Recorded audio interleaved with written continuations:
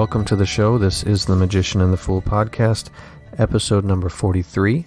Today we speak to Dr. Jeffrey S. Kupperman, who is a scholar, an artist, and a maker of things esoteric.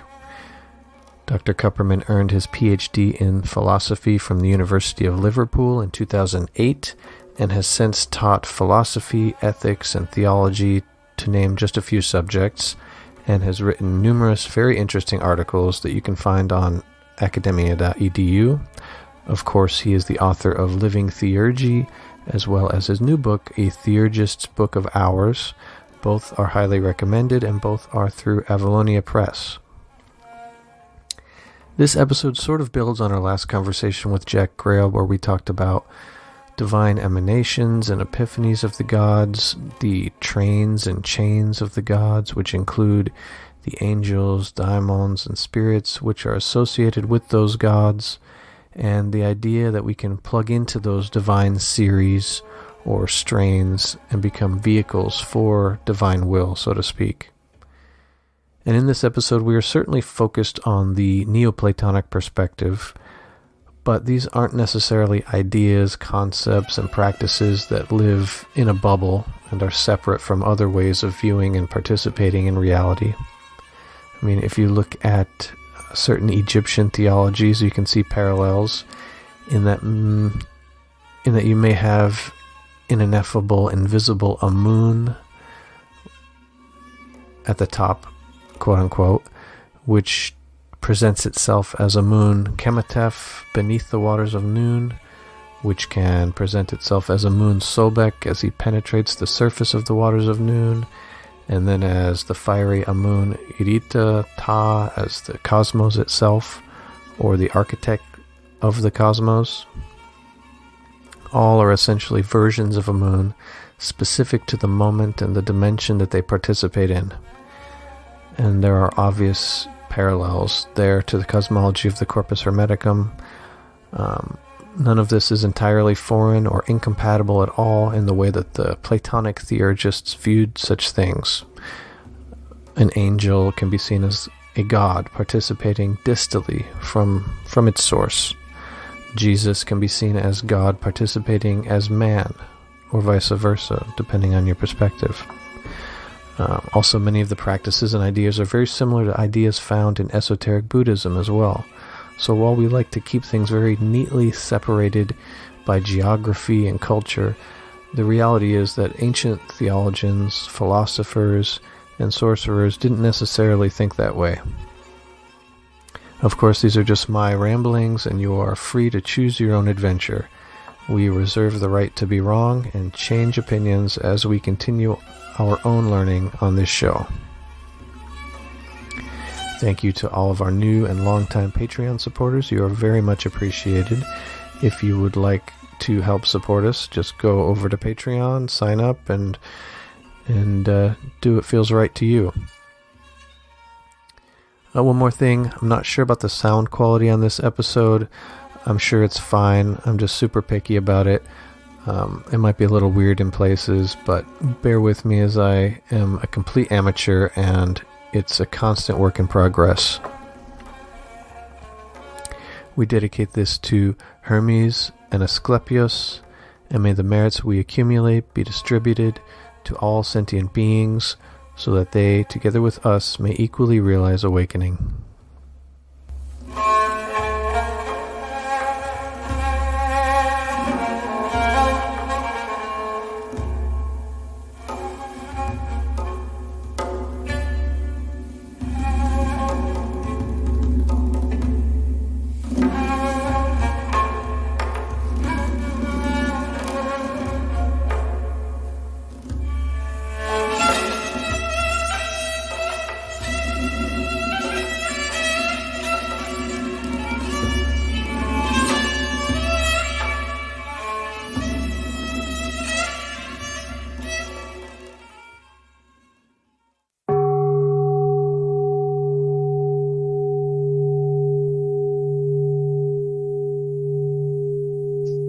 So this is the morning prayer for the current lunar month that we are in my calendar system.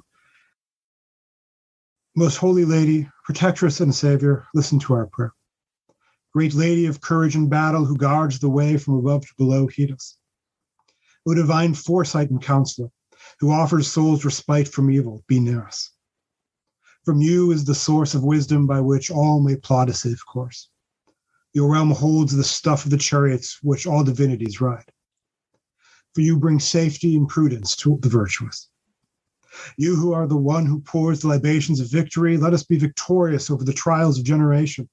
You who lay concealed in a garment of mystery and intelligible armor, make us invulnerable to the unvirtuous temptations.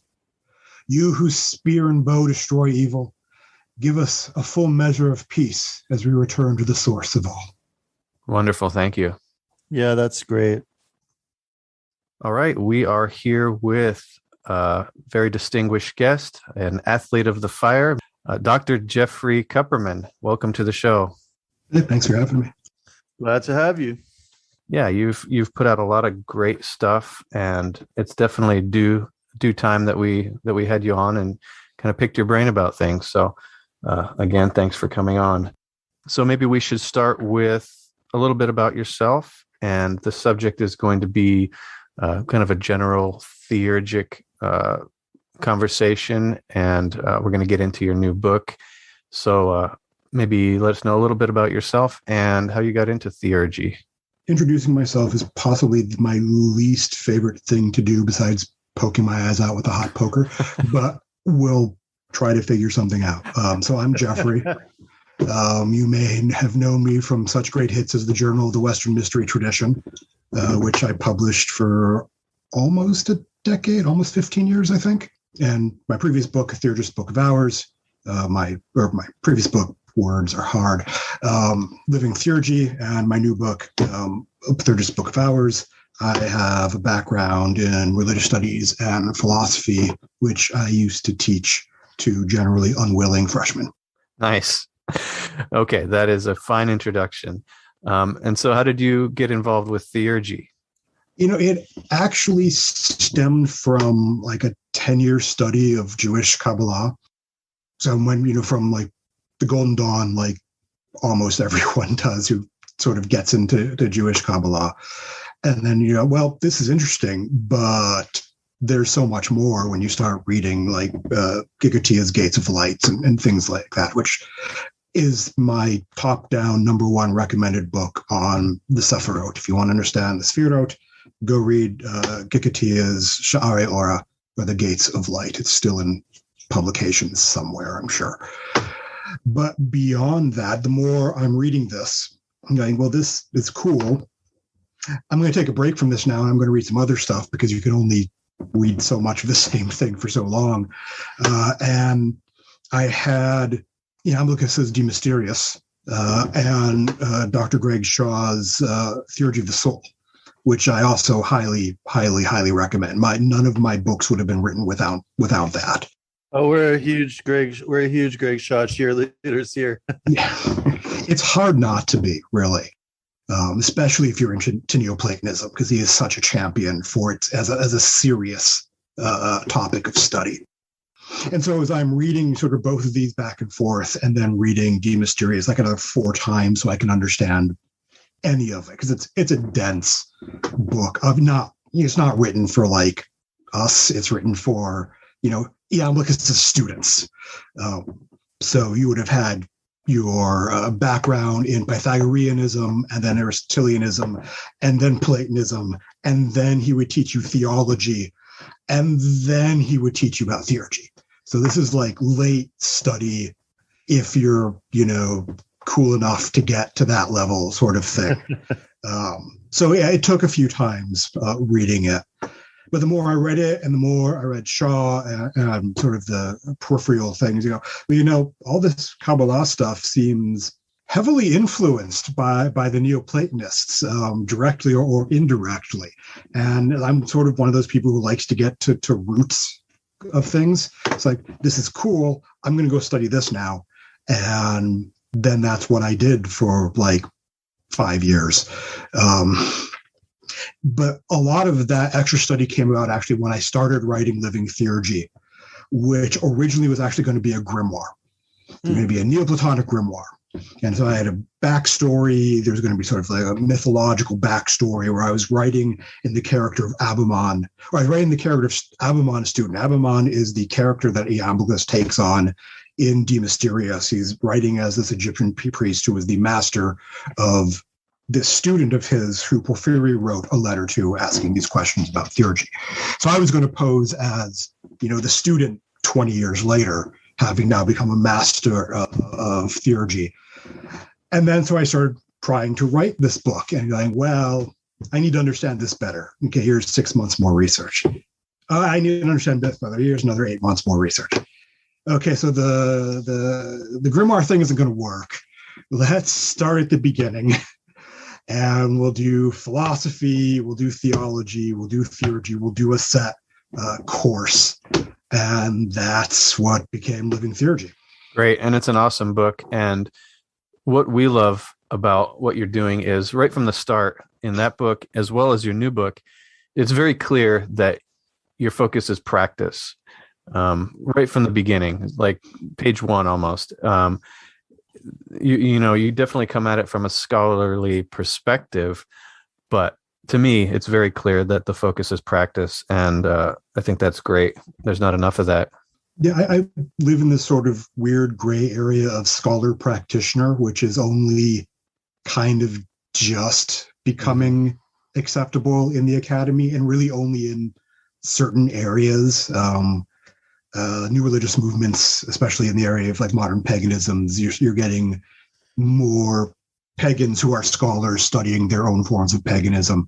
There are probably ceremonial magicians studying ceremonial magic academically, but I'm pretty sure none of them are being particularly loud about their practice. That's not quite on the socially acceptable scale in the academic world at this point. So not much you can do about that. But yeah, practice is my main focus in all of these. None of these things are really at all useful, I think, if you don't use them. And that was always, from the old academy through the closing of the academy. That was the point. This wasn't just a place where you came and learned a bunch of mental exercises and kicked over people's mental sandcastles. You were here to learn to live a life. And that was true of, classical philosophy in general. And I think that point couldn't be more important, because today there's definitely a divorce between the theoretical understanding of these subjects and the practice of it. And I mean, people like you are helping to spearhead a movement in a new direction of embracing the engagement with these ideas as more than just intellectual exercises. Right. I mean, they were meant to be lived, and not just practiced, but lived. The divorce probably comes around the beginning of the Enlightenment, where we're now putting things into boxes and we sort of get a real academia separate from, even Ficino, who is, an absolute genius, probably wouldn't have qualified as a really good academic in like modern terms. I mean, he did make things up. He added things to his translations that he liked. But he was still also very much this is the sort of stuff that we're supposed to practice. And certainly in the modern academy, we get away from that. But to be fair, you can't really teach how to live a life in college. No one's going to take that class. No one's going to let you teach that class. So it's not really, the philosophy department's fault on this. It's just the way modern academia is sort of set up. But I'm not writing this in sort of the venue of the academy, as it were, which gives me a lot more to play with. So, yeah, go do the thing, which again is difficult because if you're reading Plato, it's not at all obvious from the text itself as to how you would necessarily put all of this into life. The written bits of Plato that we have, which I mean is a significant corpus, certainly. isn't all of what you're going to get in the academy by any means. There is a generally, I think, accepted understanding that there are oral teachings, and there almost would have to be, because you can't spend, I guess you could, spend the next 20 years studying the Republic. You probably could, academically or intellectually, but you should also be going out and doing stuff. And that was, the point that the academy produced, especially politicians, and politicians from like Aristotle's understanding of a politician, which was a person who so understood the nature of the human soul that they could go out and help people become the best humans that they can be so far as possible. That's what a politician was supposed to be from Aristotle's point of view, which we may or may not do anymore. So this practice is sort of important.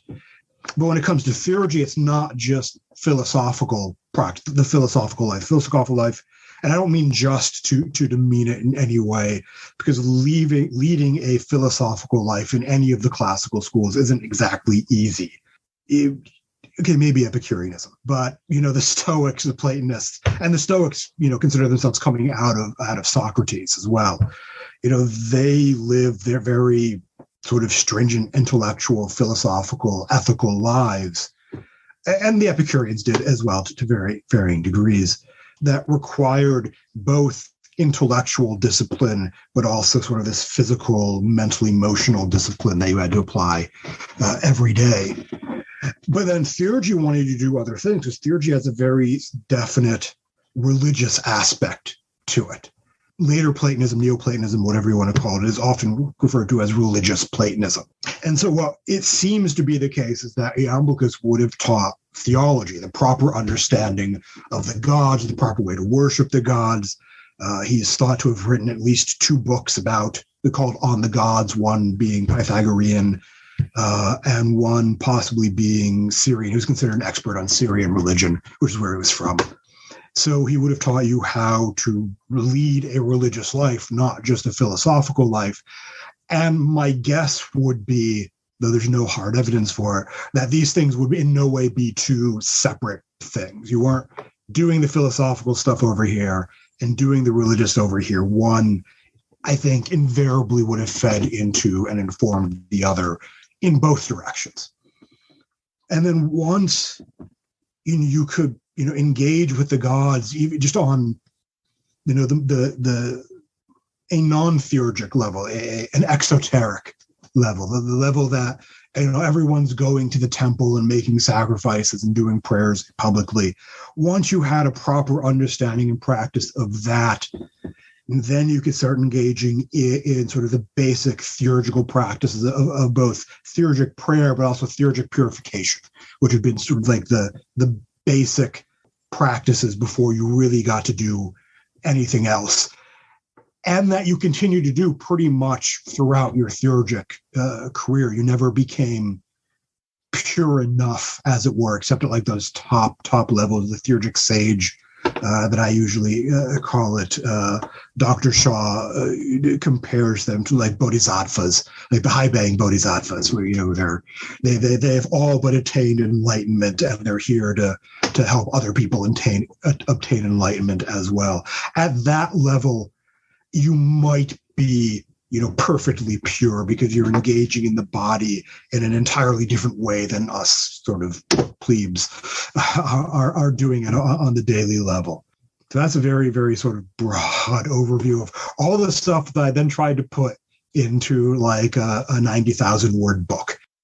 You are muted. It had to happen. It had to happen at least once. I wish it would happen forever.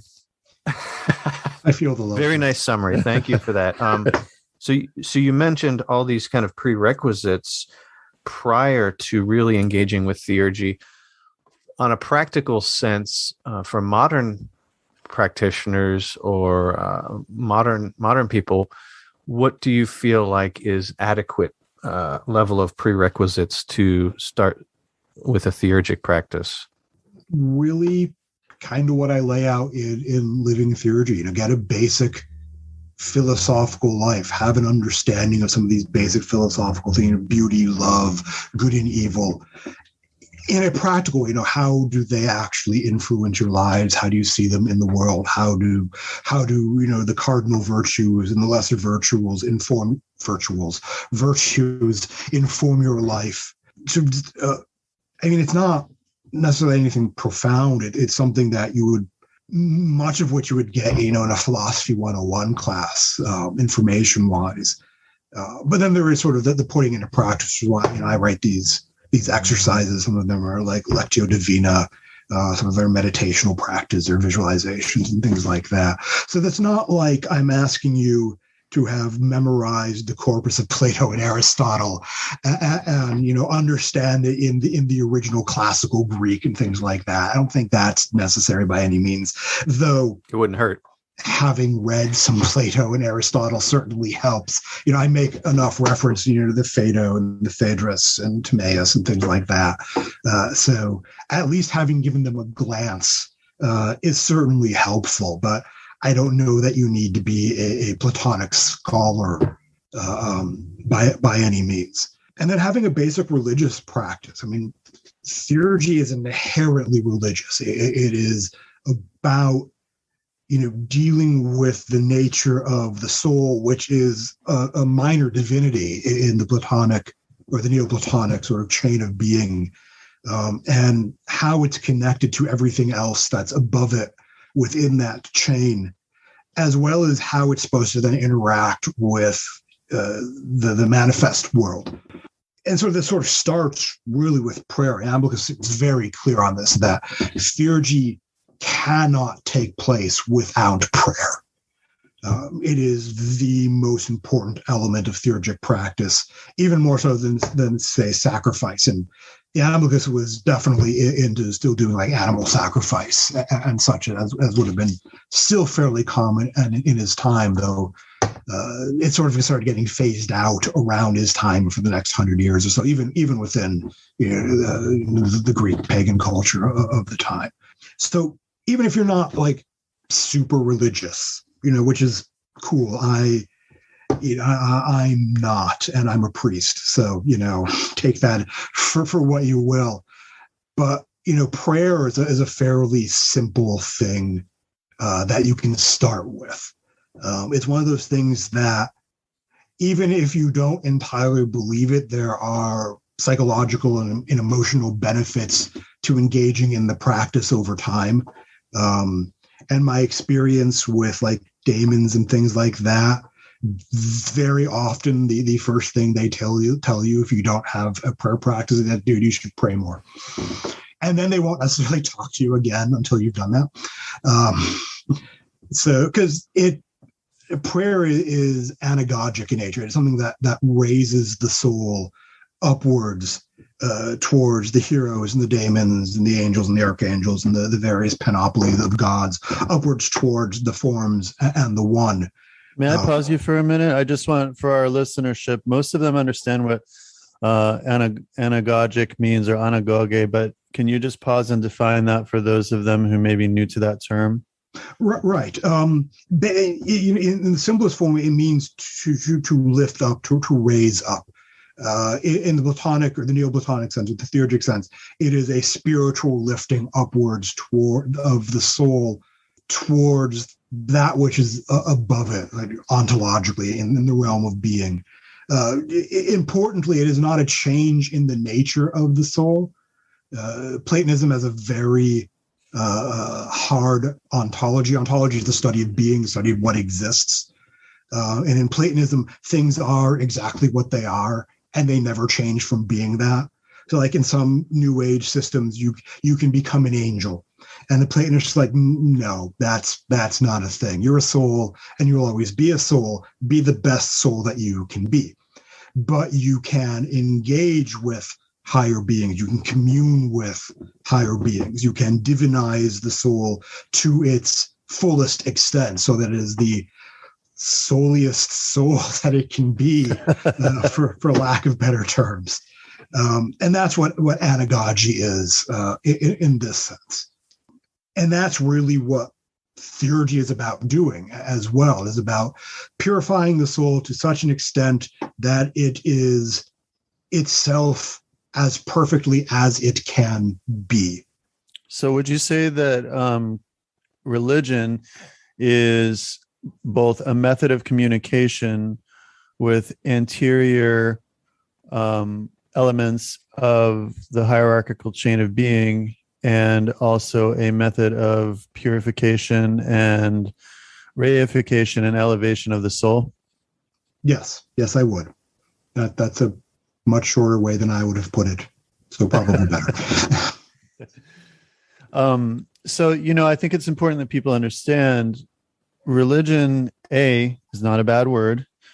B, has more to do with a pragmatic approach to our own soul development. And C, is not the soul. It's not solely owned by Abrahamic religions. I think in the West, we often tend to, we're raised within this culture that gives precedence to these religions. And so then some people, I think especially people who then choose to identify as pagan, which in itself is a word fraught with difficulties.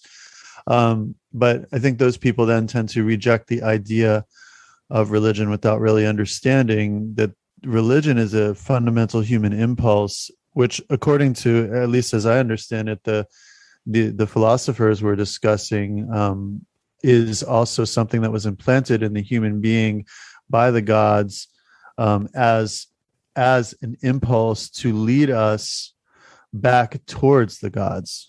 Yeah, and Iamblichus actually touches on that in De Mysteriis, in one of Porphyry's questions, which I don't recall exactly what it is off the top of my head, but he's talking about, can we know the gods? And Iamblichus is like, well, that's not the proper question, because knowledge of the gods is implanted as part of the soul. So it's not a matter of learning about the gods. It's already there within us. That's huge. What you just said is so huge. But to your point, I was a religious studies professor for about a decade. And a lot of what you say, is something that I saw a lot of, and especially not just the Abrahamic religions, really in America, when we think of religion, we think of Protestant Christianity. I mean, that is the main form of popular religiosity in this country.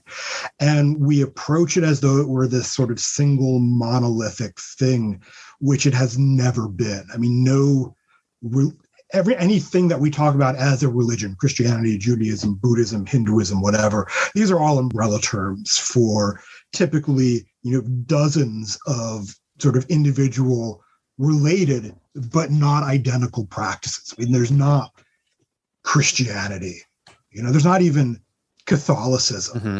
I mean, like, the differences between Catholicism in northern Mexico and southern Mexico make them appear to be as almost completely different religions, but they're still obviously Catholicism. The panoply of Judaisms from sort of the most modern, which has almost atheistic tendencies to it, to the ultra orthodox that go beyond Hasidism. They don't look like the same religion unless you've actually really studied them, and you can sort of see, okay, they're all coming from this thing, which they interpret in almost completely different ways, which in Judaism is like entirely cool. I mean, like, the entire Talmud is this sort of text of a bunch of rabbis very politely disagreeing with each other. And it's great because they're like, I don't think what you're saying is right, but I'm not going to say you're wrong. And that's one of the things that I love about rabbinic Judaism. It sort of does that. And you get some of that in sort of like the scholastic period of Christianity, which it sort of goes away, especially in Protestant Christianity, modern, like 18th century on Protestant Christianity. You tend to see less and less of that, and there becomes a lot more of, this is how it actually is, and if you do it the other way, you go to hell, which by no means encompasses all of Christianity. You don't see that. As much as people say you see that in Catholicism, theologically, you really don't. You don't tend to see that in Orthodox Christianity. You don't tend to see it in Anglicanism. And some of like the really old school Lutheranism, you don't tend to see it. It seems to be a much more modern kind of development. And there are political issues that are connected to it that I'm not going to go into because no one wants to hear me talk about politics. But, all of these things are sort of interrelated. And we see that really well in Platonism, where we're producing politicians. But Plato clearly has a religious background to everything that he's writing. We like in modern academia to teach Plato as though he's just this purely intellectual being. But, he's also the guy who has Socrates say, I owe a cock to Asclepius, in an inherently religious sort of thing. And I don't think that's a one-off. I think that's sort of the underpinnings of his philosophy, that the gods exist and we have a relationship with them. Philosophy is one way in which we can engage in that. Very nice. Building on that, what is the point of practicing theurgy in this way, or practicing this paradigm? Because, communing with the gods sounds great. Communing with the one sounds great. But what is the end product that's hoping to be achieved? Oftentimes, at least in the esoteric world, there's kind of this split between theurgic practice and thaumaturgic practice. And thaumaturgy definitely seems a lot more sexy. I mean, you get tangible results from that practice of the goes, the sorcery. So what's the point of communing with the one and with the gods?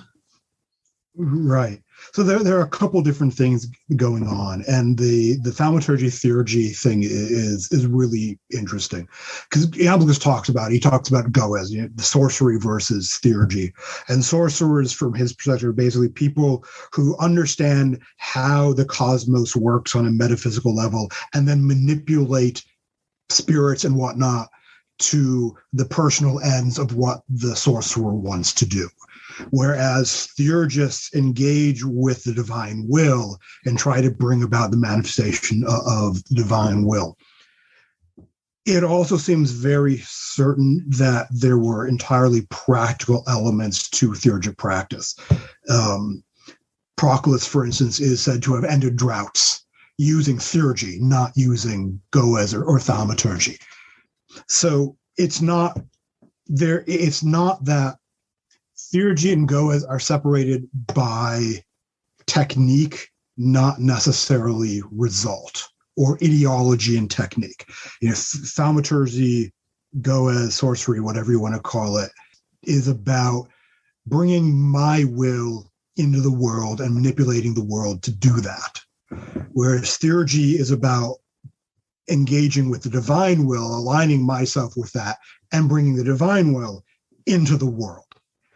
So both can have these very physical sort of effects. If we look at like the Hebrew Bible and all the prophets who are, raining fire from the heavens and whatnot, arguably those were theurgic activities. They were doing the work of God. So there's certainly that aspect. We don't often focus on it because we tend to focus things theurgy as this almost, ritualized mysticism, which it kind of is if you squint the right way. But theurgy is very much this worldly focused as much as it is otherworldly focused. And so you've got sort of these two things that go on simultaneously. On the one hand, you are purifying your soul and getting to understand what its nature is. So Iamblichus and Proclus, they talk about that the soul is sown into, like seeds are sown into a garden bed, into the orbit of one of the visible gods, the planetary deities. And then that is the nature of your soul. So you could have been, sown into the orbit of Hermes or Athena, who sort of takes the aether above the planets Zeus, whichever, you probably all know the visible gods in the planetary gods in Greek tradition. Though you by no means do you necessarily have to use, the Greek versions of them. And so part of what you're doing theurgically is trying to understand the true nature of your soul and then try to live that life, which isn't necessarily what your soul had in mind when it incarnated in this particular life or projected this life, as the Abacus calls it. Until we are sort of this higher stage of purification, where we understand the soul to be entirely distinct from the body, that the soul rules the body, not the other way around. Before we really understand that, the soul, in whatever state it is, it gets to project whatever kind of life it wants to into the physical world. The purified soul will project a life that is in line with its nature, because why would you not do that? This is who you are. The non-purified soul may or may not do that, depending on levels of purification and or blind chance. It may just go, well, this thing seems cool. I want to live a life of ritual, so I will project a solar life this time around, which may be cool. But if you are, a Saturnian soul, that may not be the proper life for you. And so what you will find are difficulties in your life. Now, to be clear about this, when we talk about projecting a life, we're not talking about something like what Blavatsky or Dion Fortune talks about, where you actually choose everything that happens in your life, good and bad, which is just a really fantastic spiritualized form of victim blaming. That isn't what we're really talking about here. We're talking about projecting a kind of life, but not the specifics of what happened in that life, because there's still the gods, there's still fate, there's still all that other stuff that's going on that are beyond our control. Even the most purified soul can't go against what the gods decree, because, soul, gods, and fate sort of somewhere sort of in between there and occasionally above there, depending on which story we're reading. So on the one hand, we're trying to figure that out. We're trying to then, raise ourselves up. Part of this we do through knowledge of our personal daemon, which is sort of like the holy guardian angel from the Abramelin working, and taken from the understanding of the Abramelin working, not like Crowley's or the Golden Dawn's understanding of that as being like the higher part of the soul. I don't think that's what Abramelin had in mind, and that's very much not what the Platonists had in mind. That the daemons, the angels, the heroes, these are distinct, separate beings that have their own existence, that do their own thing, separate from the soul. Like the end point of living Theurgy is this like year-long ritual to learn the name and become in contact with your daemon, which I consider basically, okay, now you are a rank beginner at Theurgy, move on from there, as opposed to like Crowley's system where that you are now a minor adept. Like, no. This is where you now kind of know what you're doing, and now your daemon will start showing you what you should actually be doing in this life and how to purify yourself and all that sort of stuff. And so that's sort of your concrete beginnings of your anagogic journey, where all of your purifications and whatnot were really just leading up to being able to do this one thing.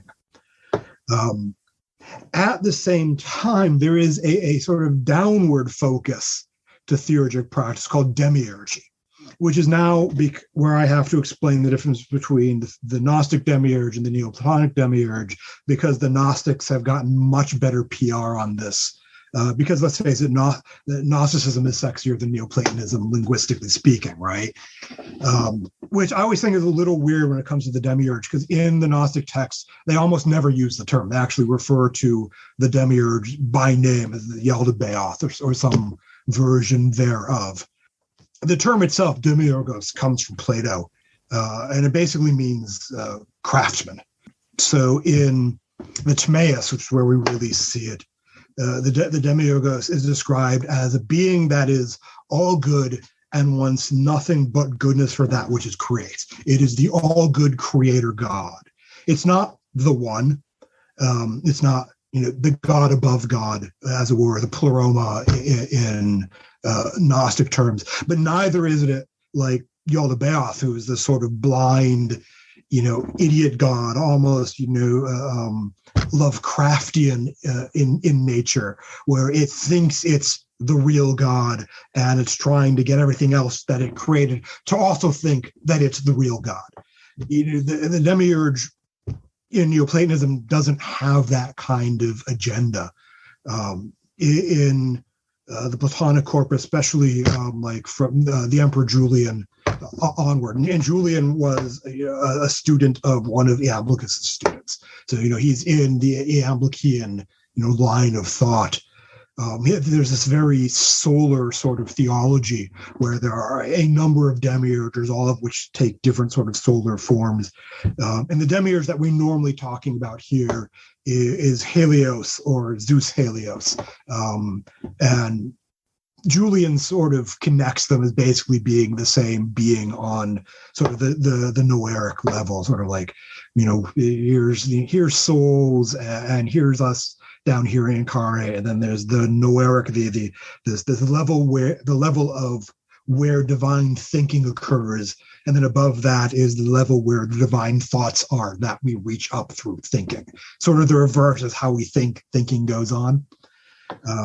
So that's sort of the level where the demiurge is at, and it's going down and saying, okay, we are going to create this beautiful thing called the cosmos. And we're going to populate it with souls so that they can worship the gods and bring the glory of the gods into creation, which is one of the two purposes that Iamblichus seems to suggest that souls exist for in creation. The other reason being so that there are the same number of things in creation as there are above creation.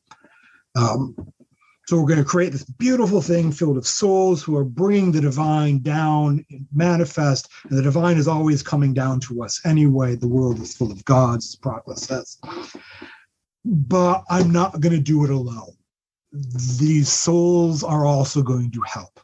So once they remember what they are, after they have fallen, as in the Phaedo and the Phaedrus, and they sort of forget what they are and they become enmired in matter, the Song of the Pearl, a proto-Gnostic text, I think it's connected with Thomas, is a really good sort of description of how we have forgotten. We've come into the world, we've eaten the food of the world, and we forget who we are. And now we have to remember, and through remembering, we redivinize ourselves. And as we do that, we can then engage in the demiurgic work of bringing creation to its full divine, beautiful being that it is unfolding to be.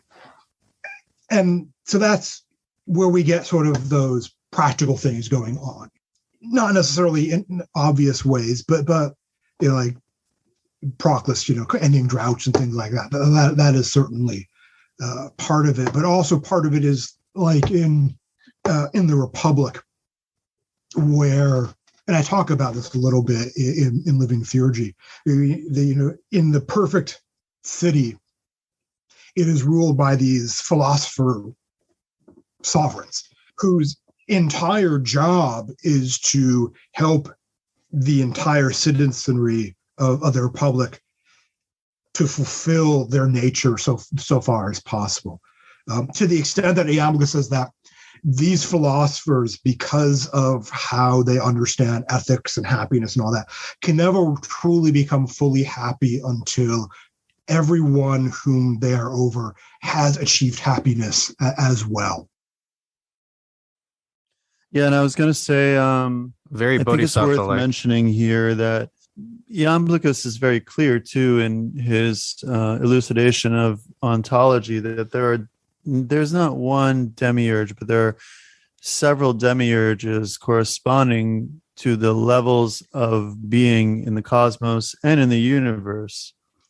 Right. Proclus has a number of them. Iamblichus seems to have probably three. One that's set over specifically, the sublunar world, who may be identified with Asclepius, may be identified with Hades, depending on who you're reading.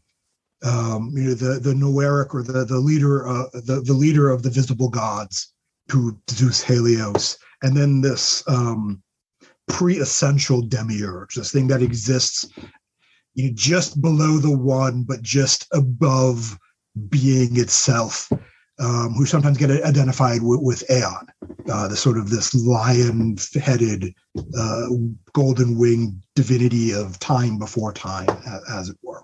And when you read Shaw, there seems to be, maybe Shaw, there seems to be this interconnectedness between these demiurges, that they are manifestations of the demiurge above them in a lower level. So that the pre-essential demiurge is itself a manifestation of the one in lower than the one, where reality exists, even if it's above being.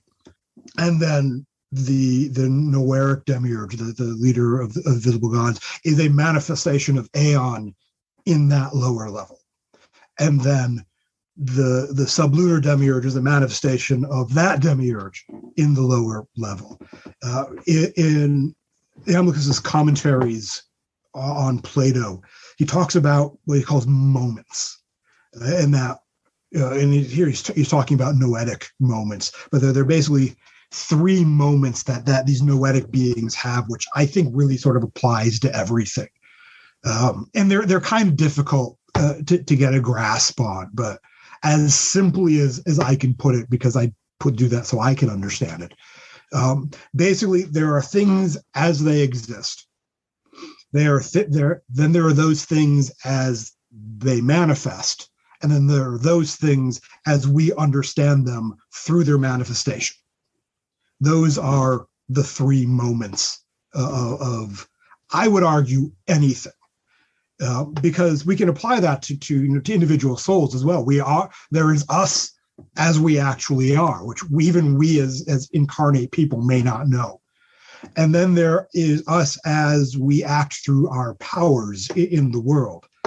And then there's us, the us that, like, right now there's a version me, and I apologize for this, that lives in your head.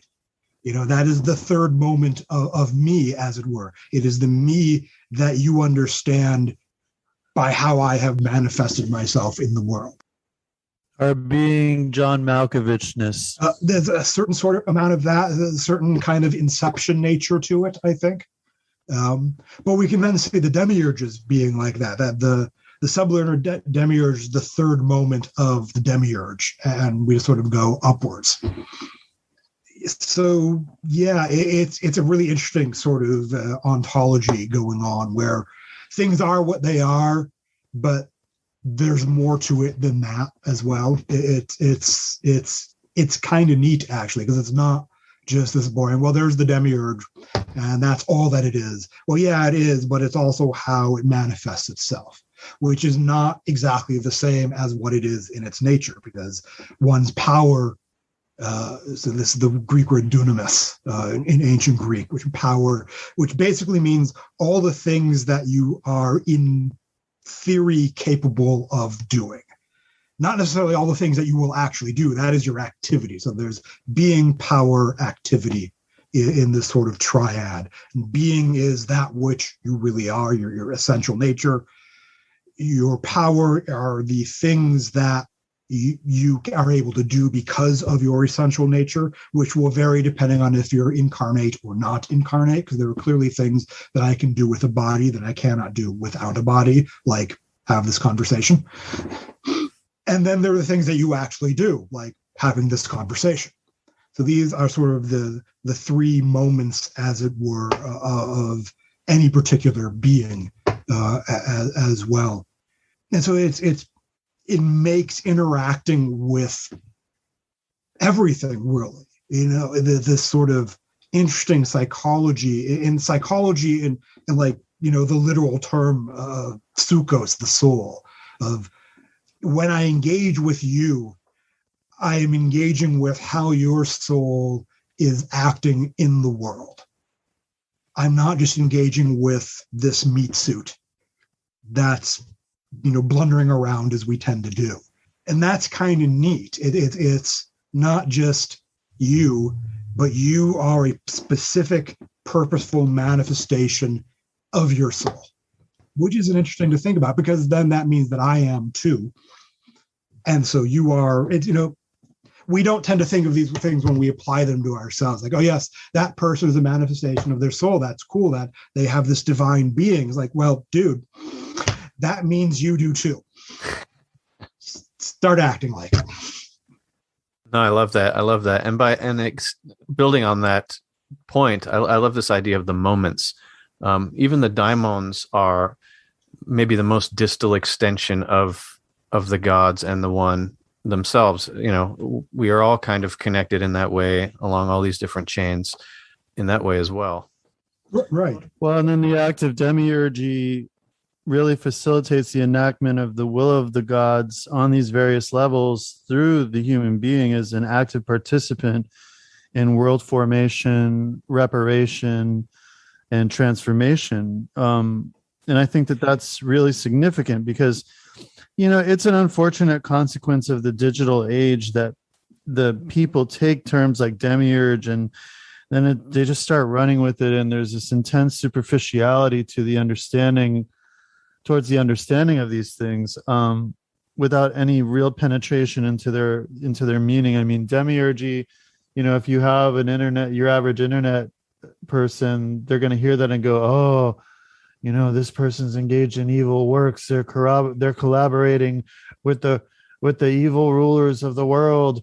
And it's like, it really just comes from a gross misunderstanding of what this means. In reality, it's a benevolent, positive activity. And it's a way that, as you were saying before, the soul is the smallest, well, to paraphrase you, the soul is maybe the smallest god in the chain of the gods, in the sort of chain of being. So this is the way that the God nature within the soul is actuated and expressed in the sublunar realm, because the gods don't descend. And I also wanted to ask you about your understanding of daimons. We try and discuss the topic of daimons as well as the personal daimon with any of our philosophers who come on or theurgists. And so we'd definitely like to hear your angle and perception of these things.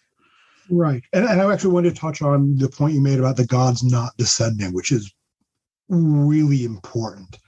And this speaks to that ontology that I was talking about. A god is always a god is always a god. Even when the gods manifest, it's not the god itself. It is a vision of the god. And there's like an entire chapter in De Mysteriis that talks about these visions of the gods.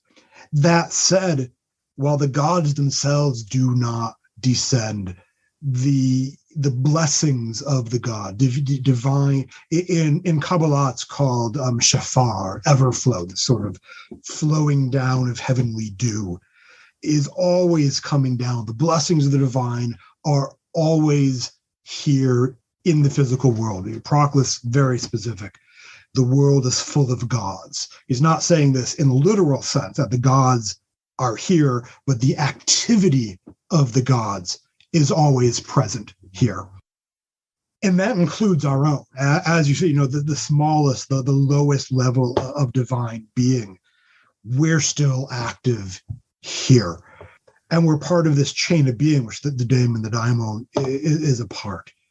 The later Platonists add to Plato on this. For Plato, there's the gods, there's daemons, there's heroes, and there's souls. And we don't get a whole lot of discussion about the daemons or souls in Plato himself. He certainly talks about them to varying degrees. And he's got, like Hercules, he thinks is like the least of the heroes because he really functions on these sort of, these base sort of very physical, whereas like Odysseus, who is what descended from Hermes and Athena in various ways, I think, at least from Hermes, is very intellectual, is using his higher faculties. So, Plato seems to have his favorite heroes and whatnot. And he doesn't really go into, none of them really go into, like which of the visible gods are they sewn into. We might guess just from who they're descended from. Hercules is the son of Zeus. Odysseus is like the grandson of Hermes, that sort of thing. But even then, that also shows us sort of the panoply of these beings, because Perseus is also the son of Zeus, and Perseus is very different from Hercules. In really sort of almost everything that they do and the reasons why they do the things they do, which tells us that, the nature of a soul that is sewn into the orbit of Jupiter, two souls sewn into the same orbit are not necessarily going to be alike, because these things are so broad in their nature. I mean, they're gods. If you try to narrow them down to a tiny thing, you're doing it wrong. I'm just going to say you're doing it wrong. And between us and the daemons, there are these heroes. Here, the job of the heroes is interesting, because they really have this sort of genealogic nature to them. They try to focus us downwards to living a virtuous life in the world. And while that is genealogic, because it's about, living the life here, it is simultaneously, and this is something I just realized, so in the second edition of Living Theurgy, if that ever happens to be, I will put in that it is simultaneously anagogic, because by living a virtuous life, you purify the soul. So it's this sort of interesting going down to go up. Like if you play classic, like JRPGs on like the Sega and whatnot, there's always one dungeon where you have to like go down 3 levels to go all the way up to the top. It's kind of like that, but without the pixelation. The daemon is really, though, our connection to that which is above us. That is, the doorman, is the gatekeeper, in some sort of sense. That is through the personal daemon, especially, that we learn our own nature, and we learn to engage in theurgic practice that will both align our physical lives and physical intellect with the nature of our soul, but then will also bring us upwards through our specific chain up to the God, the visible God that we are connected to, and at the highest levels, even beyond the visible gods, to the noeric god, the noeric gods above them. They're noeric, noetic gods, the noetic gods. It gets very complicated depending on which Platonist you're reading. All the way up to engaging in the one in some way. And I say in some way because it seems pretty clear, even going back to Plotinus, that as a conscious human being, you will have no knowledge of your soul's engaging with the one, because it does so at a level that is utterly beyond human intellect. So even the mind, the flower of the mind, which is the highest part of the human soul that connects us, just scraping the bottom level of the noeric realm from the psychic realm where our souls exist. Even if we're up there and the flower is fully open to use some of Proclus's symbolism, that's as high as we go, in an experiential way. As incarnate beings, the soul itself may engage through becoming similar to the divine above it, with higher beings engaging in theosis and then henosis, divinizing and then becoming one with the divine.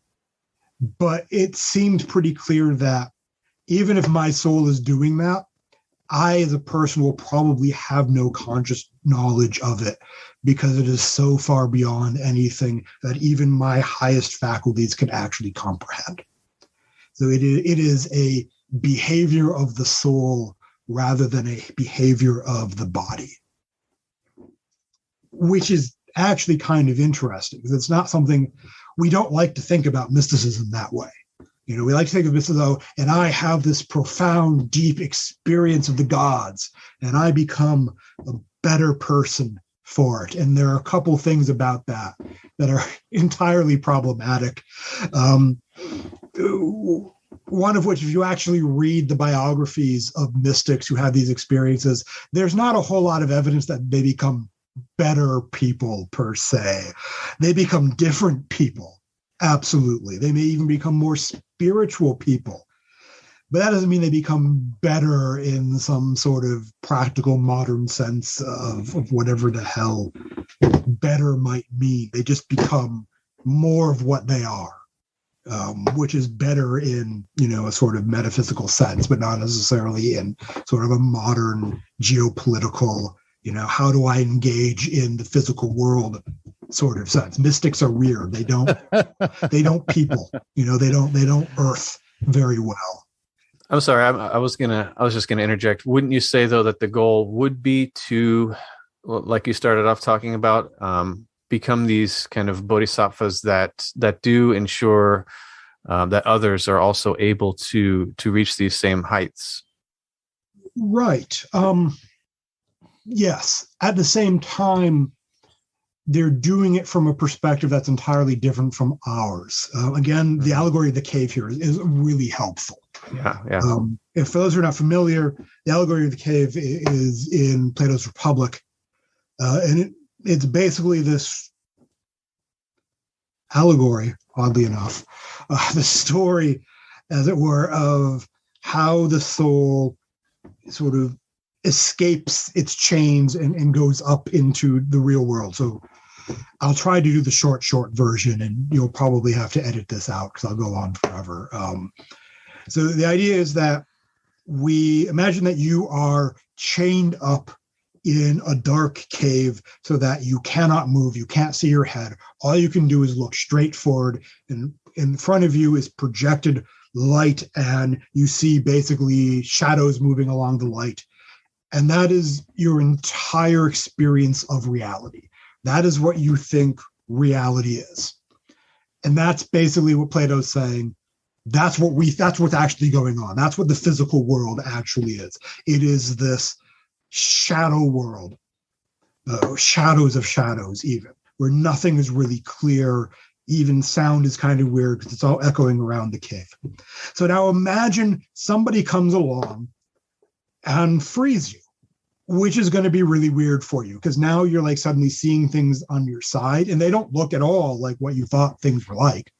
But worse than that, not only does this person free you, because this person is really kind of a bastard, they free you and then they start dragging you out of the cave, and you start approaching this blinding light, which is the fire that the people are using, the people who are causing the shadows to be cast are using to cast the shadows. So suddenly now you're seeing the things that are actually casting the shadows and the source of the light that's casting the shadows.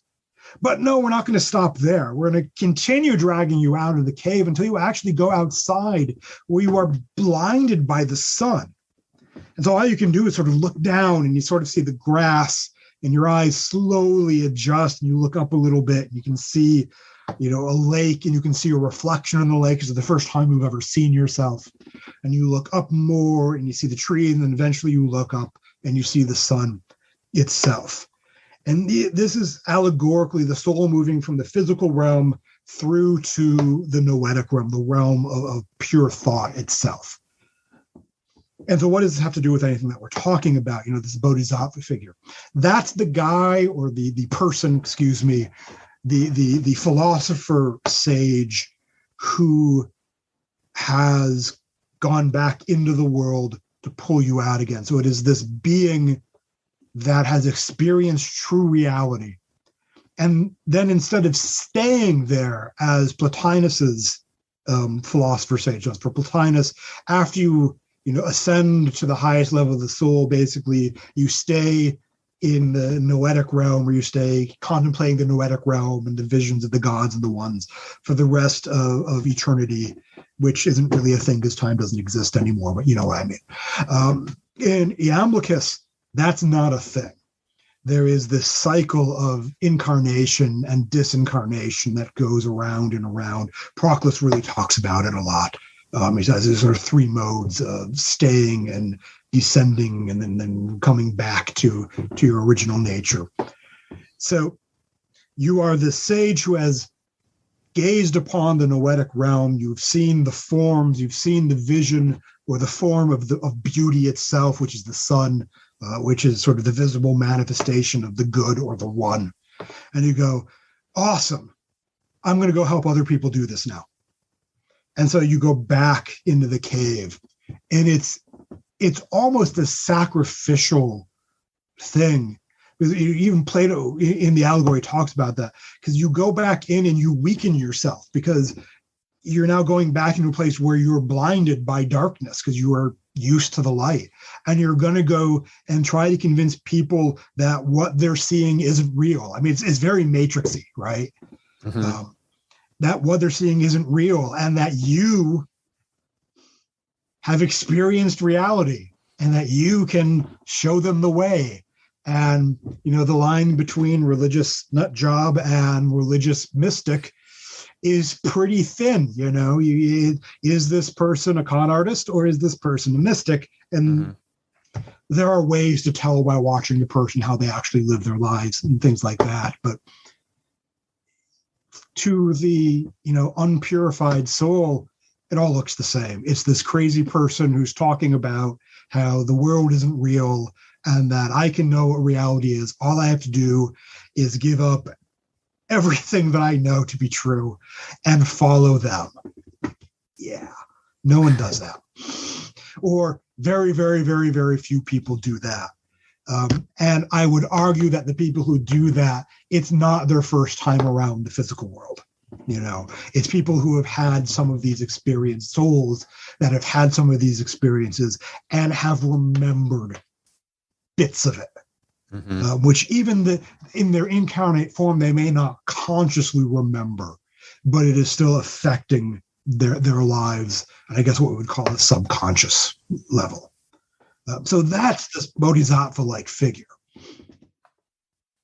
At least from a Western approach, but maybe just generally, unless the sincere desire to benefit others is present naturally, it can become something that ends up being in service to the ego.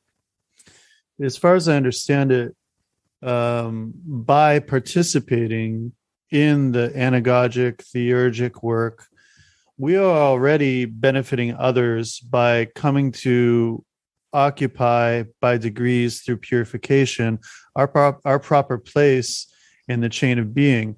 We can execute just by the enactment of our essential nature, the beneficial activity of the divine upon the world, simply by working on harmonizing ourselves, purifying ourselves, and working within that chain that we are a part of. I think that focusing on an external, intentional attempt to benefit other beings may sometimes become an act of self-service, like an egoistic act of self-service.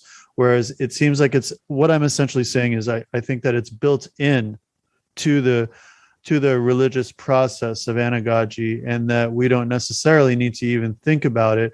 What we need to do, it's kind of like that Buddhist saying, if one is enlightened, we're all enlightened. If one falls, we all fall. I think that simply by doing this work, we naturally benefit others without needing to worry about intentionally doing so, if that makes sense. Absolutely. And there are, a couple things going on here. And one of them is, this is why I like Dr. Shaw's analogy of the bodhisattva, because in Buddhism, a bodhisattva is any person who has taken the bodhisattva vow. Straight on. That makes you a bodhisattva.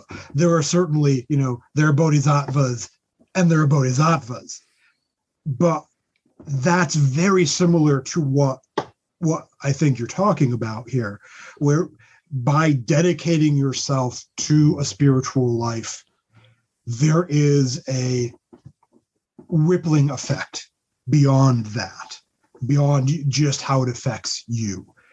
It sort of reminds me in Freemasonry in the Wisconsin Grand Lodge, where they've changed some of the testing stuff. But one of the questions, is, who does Freemasonry affect? And the answer is really everyone. By making myself a better person, I make everyone around me somewhat better as well. And in doing so, they make civilization better, which helps me become a better person. Yes. Rinse and repeat.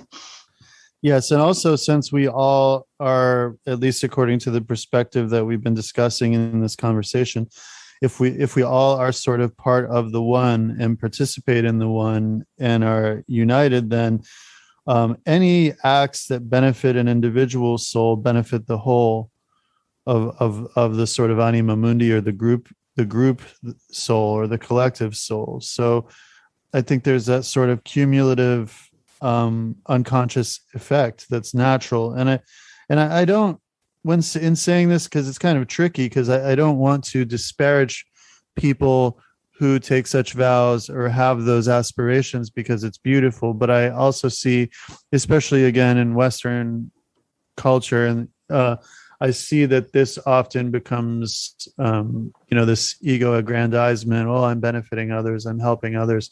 And then it's a distraction from the work, which, there's something that brings me back to another point that you've kind of been making, kind of woven through what you've been discussing, which is the apophatic aspect of some of this. I mean, when you're getting into those profound levels of the activity of the deity, of the divine, of the numinous within the soul and within the world, there is an element where the intellectual, analytical mind has to be abandoned.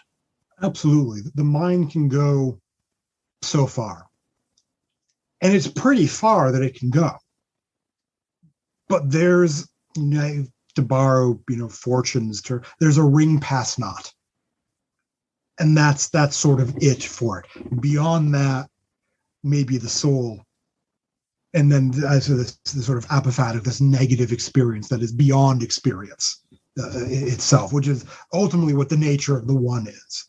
It is beyond knowing, it is beyond words, it is beyond anything that I can say about it. It's even beyond me saying that it's beyond anything that I can say about it. It's that sort of weirdness. To speak to your other point, about doing the good thing, living the spiritual life, not necessarily saying, okay, I'm going to benefit others. This actually goes back to sort of like the basic things you actually would have learned philosophically in the academy, which is ethics. For Plato, the virtues are these innate parts of the soul. By learning ethics, we remember our virtues, remember how to be an ethical being. That when one is properly being ethical, one is doing so from the movement of the soul itself. So it is not something that one is going out, I'm going to be a good person. That might be how it starts. And you certainly see that in like Aristotle's notion of ethics, where you have to learn to be ethical until it becomes second nature to you. You no longer have to think about it, where for Aristotle, that somebody has attained a virtue because they gain pleasure from engaging in that virtue, which, like honesty. Yeah, sometimes honesty is helpful, but sometimes honesty is not helpful. And, sometimes we tell the truth kicking and screaming, but somebody who has obtained the virtue of honesty will always take pleasure in being honest, regardless of what the ramifications of that are. But you have to learn to do it. It's something that you have to have a teacher, an external source for.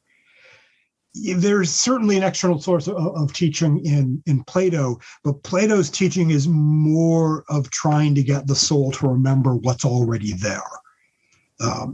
And so when you are engaging in an ethical life from the level of the soul, you're just doing it. You're not going off and saying, I'm going to be an ethical person. Look how good I am. Because if you're doing that, you're probably not. And I think Plato would agree with me. I think Aristotle would agree with me. I think Confucius would agree with me. I think Lao Tzu would agree with me. That when the bigger a deal you make of how good you are, the less good you are.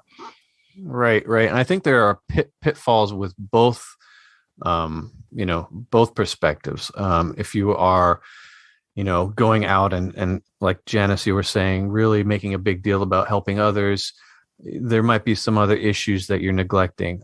Obviously, you need to help yourself before you help others. Kind of reminds me of when you're in the airplane and little masks drop down. You got to put your mask on first before you put your mask on, your child.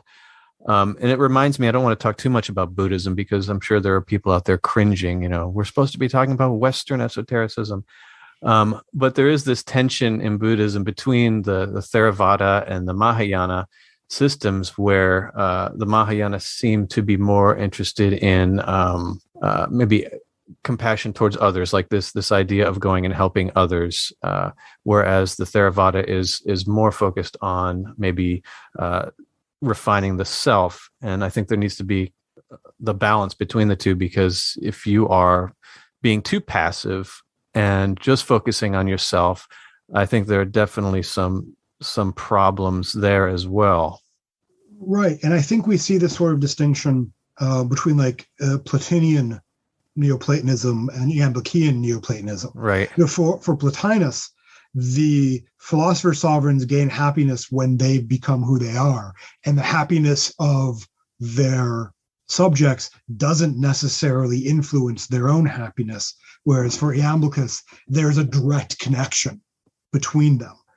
So I think there are actually a lot of connections between Buddhism and Neoplatonism, or Buddhism and Platonism, sort of in general, which I guess, given what's going on in Alexandria in this time, and we know that there were Buddhists and there were Jews and there were Christians and, Greek pagans and Romans and Egyptian, everyone was getting together and talking and exchanging ideas. It's one of those things where if you could be a fly on the wall, that would be the time to be.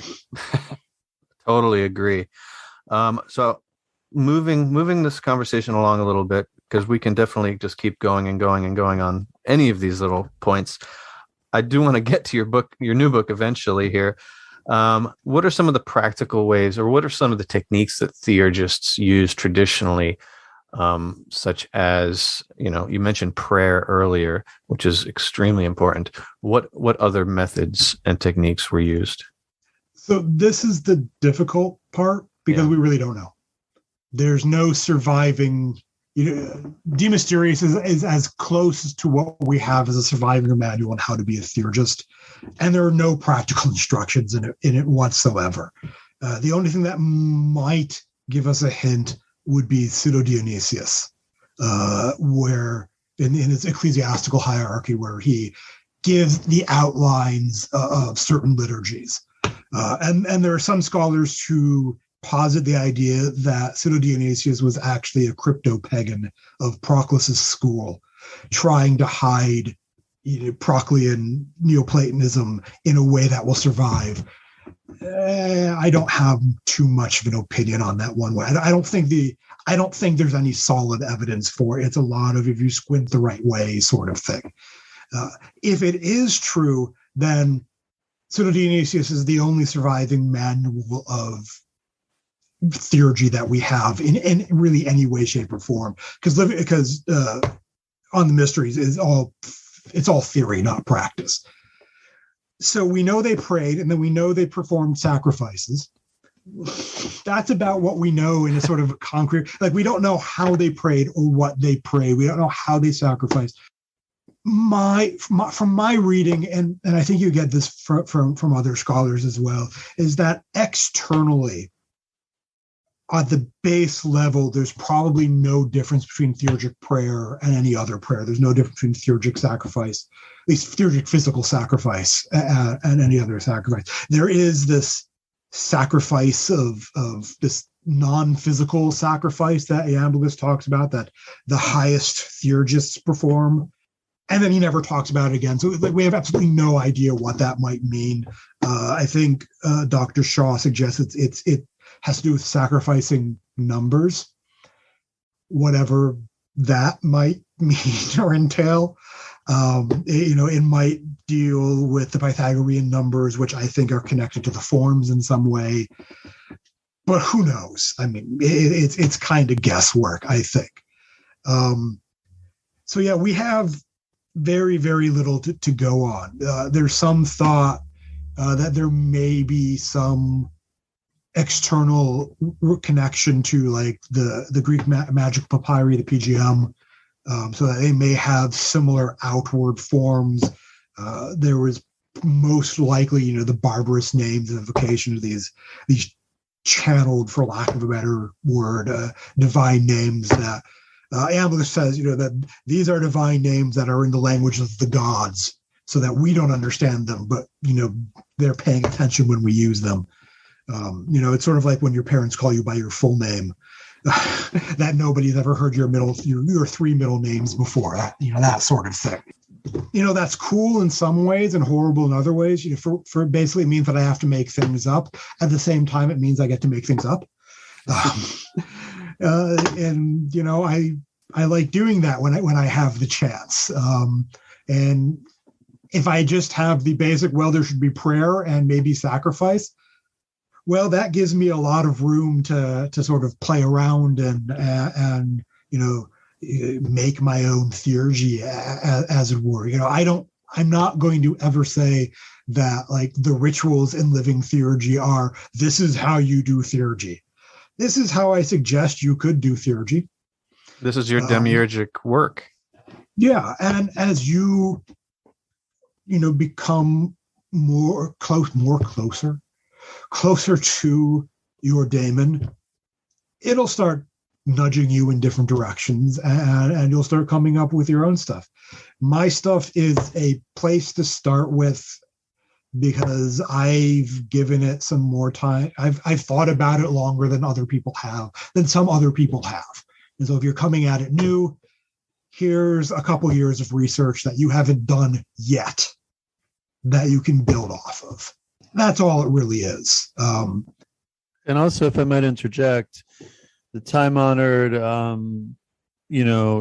tradition in esoteric schools is that you use the primary exercises to make contact with an interior power, and then you ask the interior power to instruct you on the proper way to approach the gods and whatever methods you go, you make initial contact, and then you request instruction, guidance, and understanding on the proper technique.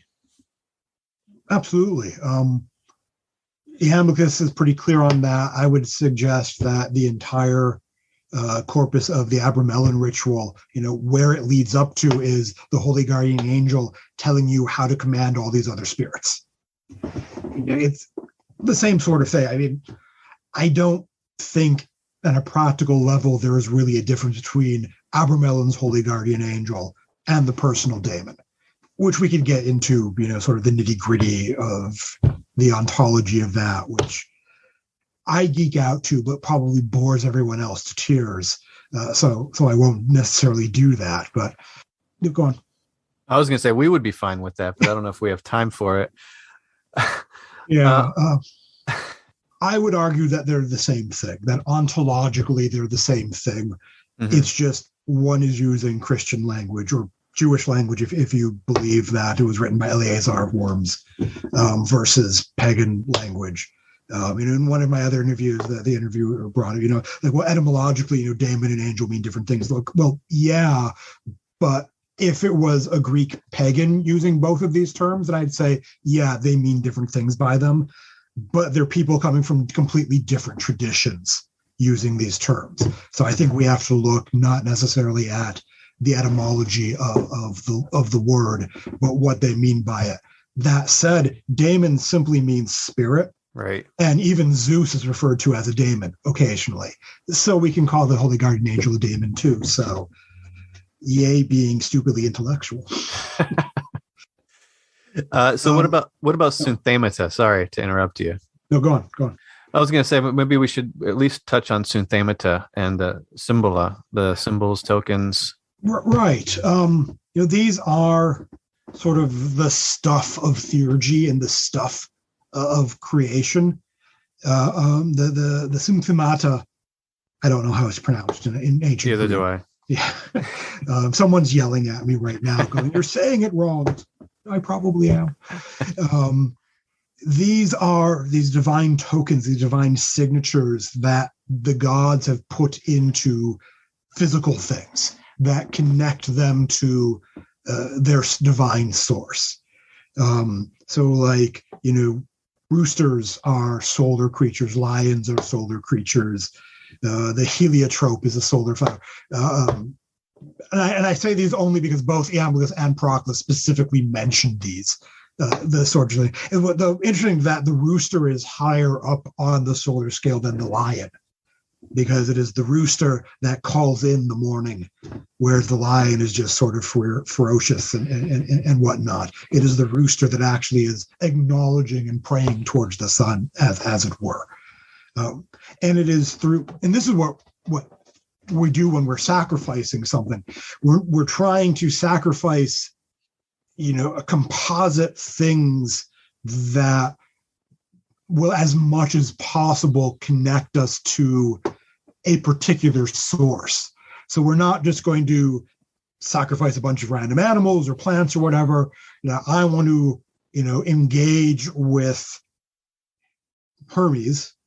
I'm going to specifically seek out Hermetic things to engage with. Hermetic prayers, Hermetic animals, Hermetic stones, Hermetic plants, etc. And I'm going to surround myself with those things. I'm going to maybe sacrifice those things so that their essence rises up, and as they rise up, my soul can rise up with it. And I'm neither advocating nor not advocating animal sacrifice. There are certainly any number of living traditions that still do it.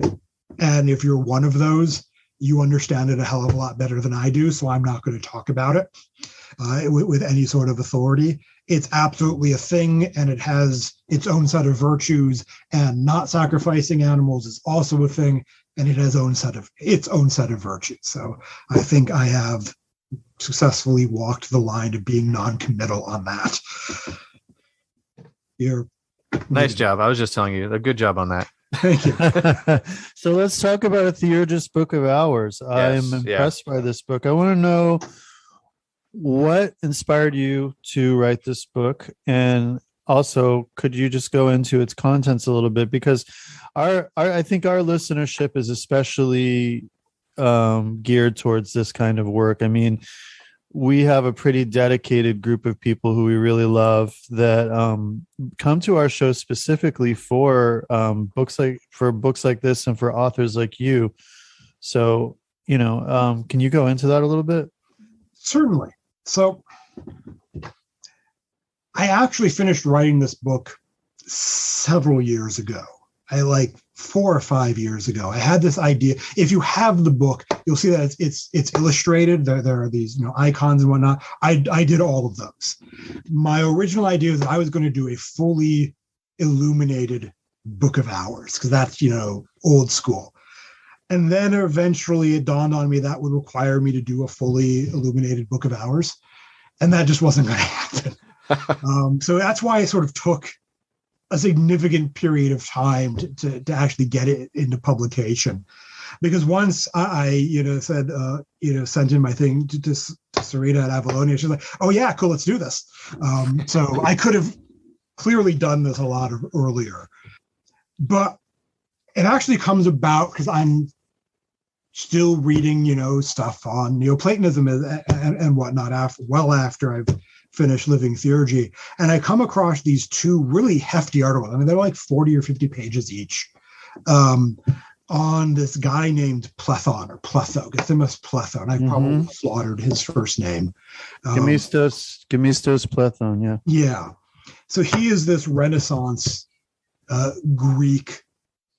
He's the guy who got the Medici family the original Greek language Plato, Aristotle, the Hermetica, Plotinus, and so on. Because everything else that we had before then were translations of the Greek into Arabic into Latin, because the early Christians did not have a great relationship with the Greek philosophers, whereas the early Muslims did. So the ones like, no, burn it, and the others are like, this stuff is awesome, let's translate it in Arabic. And so we get into, the end of the Middle Ages and the beginning of the Renaissance, and the intellectuals are like, this stuff is awesome, let's translate what we have in Arabic into Latin so that we can read it. And you get all of these houses, especially in Spain, but also in Italy, of Muslim scholars translating the Arabic into Latin. But then, you're still dealing with a translation of a translation. And if any of you have read the King James and then read the NRSV, there's a world of difference, right? In them, especially when you're reading the Old Testament, where it's like a translation of a translation of a translation. So to have this opportunity to have the original Greek language was awesome. And so that's what Platon sort of provides us. And that's kind of what he's most known for. But he's also basically a neo-pagan. He's a 15th century neo-pagan, but he's still a neo-pagan. He's born and raised in Orthodox Christianity. He becomes a Platonist, and as he becomes a Platonist, he becomes a pagan Platonist. And he writes this book, I think it was called the Nomos, the Nomai, one of those. It gets burnt by both the Catholic and the Orthodox Church, actually.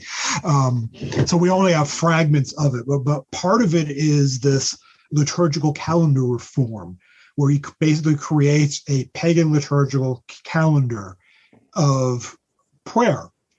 So if these prayers 3 times a day, that works on basically it's a lunar cycle, and connected to the solar, both the solar and the lunar calendar sort of combine, the solely lunar calendar thing that we see in Judaism as opposed to Islam, which is more purely lunar in its calendar.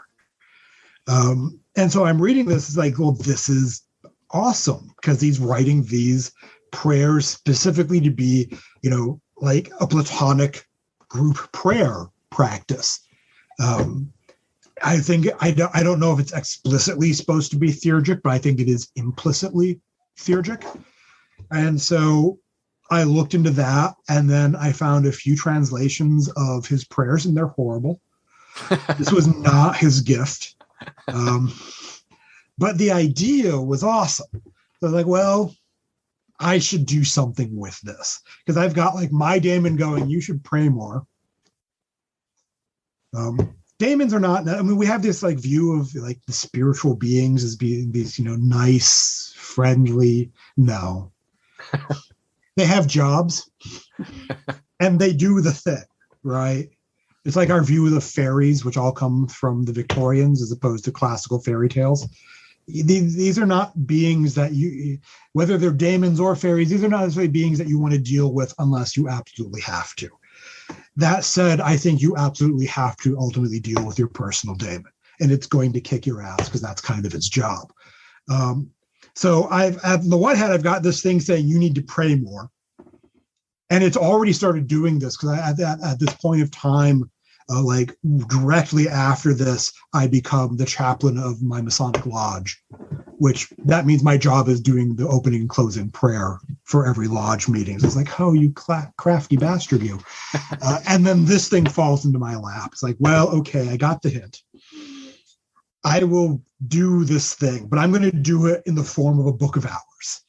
So a book of hours, these come about in sort of the late Middle Ages, the early Renaissance, and basically it's rich people, because they're the only ones who know how to read, to saying, look, these monks, they live this holy and pure life and they're closer to God. I really want that, but I really don't want to be a monk.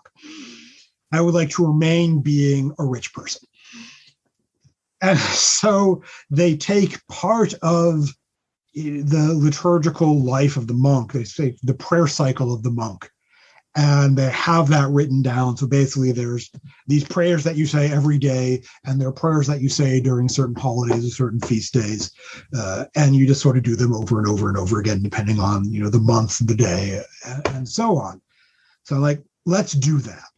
And there's already a Gnostic Book of Hours, which is a sort of an example of it. Mine, I think, is way more complex because that's just who I am.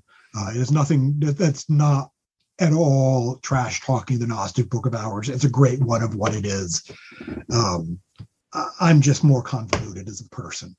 So, but Platon's, calendar is also on the complex side because it is working both with the lunar months as a whole, as well as the lunar cycles, the 4 lunar cycles, from new moon to quarter moon to half moon to three quarters to full, and then backwards again. In fact, his calendar, the way he numbers it, actually, because it goes up to the full moon and then it counts backwards again, back down to 1, which I don't do because that's just confusing. And what I've done is already confusing enough. And I actually add a 3rd cycle to it.